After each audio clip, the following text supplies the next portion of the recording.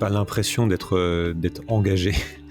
D'être engagé pour une cause, puisque je suis pas en lutte et je défends rien, c'est assez particulier, mais j'ai effectivement à un moment donné bifurqué, on va dire, tu vois, changer de trajectoire de vie professionnelle, et ça s'est fait en plusieurs étapes. Il y a cette phrase que j'avais écrit un temps sur le mur, justement pour m'encourager dans une direction, de Christophe Colomb, qui lui est attribuée en tout cas, qui dit: tu ne traverseras jamais l'océan si tu as peur de perdre de vue le rivage. Et donc j'ai mis du temps à accepter d'arrêter de faire du cabotage, donc il n'y a pas eu un déclic, mais là je dirais que la première étape, ça a été de quitter une belle carrière dans laquelle j'étais embarqué lorsque j'étais directeur média pour l'Asie, basé à Hong Kong pour Burberry. Et mon déclic, ça a été un peu le sentiment d'avoir des œillères, de rien comprendre au monde. Je raconte souvent cette histoire, j'étais au 50e étage de mon bureau, face à la ville comme ça, je regardais souvent cette fourmilière vue d'en haut. J'ai commencé à me demander, mais comment ça fonctionne? Qu'est-ce que je fais là? Qu'est-ce qui oriente ce truc-là? Et puis petit à petit à regarder un peu plus le monde dans son ensemble, à ouvrir des nouveaux sujets autres que la prospective technique que je faisais.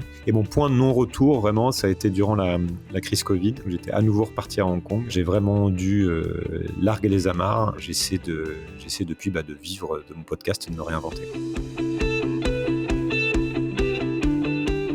Alors j'ai dû travailler sur pas mal de choses, sur différentes peurs, sur une prise de recul. D'abord pour moi ça a été prendre du recul sur l'idée de carrière, je pense. Que j'étais sur des rails, j'avais 34 ans, j'étais dans ma zone de confort entre guillemets, mais c'était beaucoup de travail. Mais j'avais travaillé mes compétences, j'avais travaillé mon réseau, j'avais travaillé mon CV, puisque ça fait depuis 15 ans que je faisais ça et tout se passait bien. Je travaillais dans le secteur du luxe. Quand on quitte un gros job comme ça et qu'on lâche tout, on lâche le statut social, on lâche son carnet d'adresses, on lâche les connexions, c'est pas forcément simple. Et je pense que le plus compliqué ça a été sans doute aussi l'aspect financier, puisque aujourd'hui j'ai divisé mon salaire par 4 ou 5 en gros. J'ai dû pas mal travailler aussi sur le rapport à l'argent et ce qui va avec, c'est-à-dire le rapport au confort, le rapport à la sécurité, le rapport au statut qu'il peut y avoir, l'impact que ça peut avoir sur le cercle social aussi, le décalage que ça peut créer par rapport au cercle social auquel on est habitué. Quand on arrive sur les choses assez concrètes du quotidien et que ça nous ramène assez vite à ça, donc ça fait partie des choses compliquées à lâcher.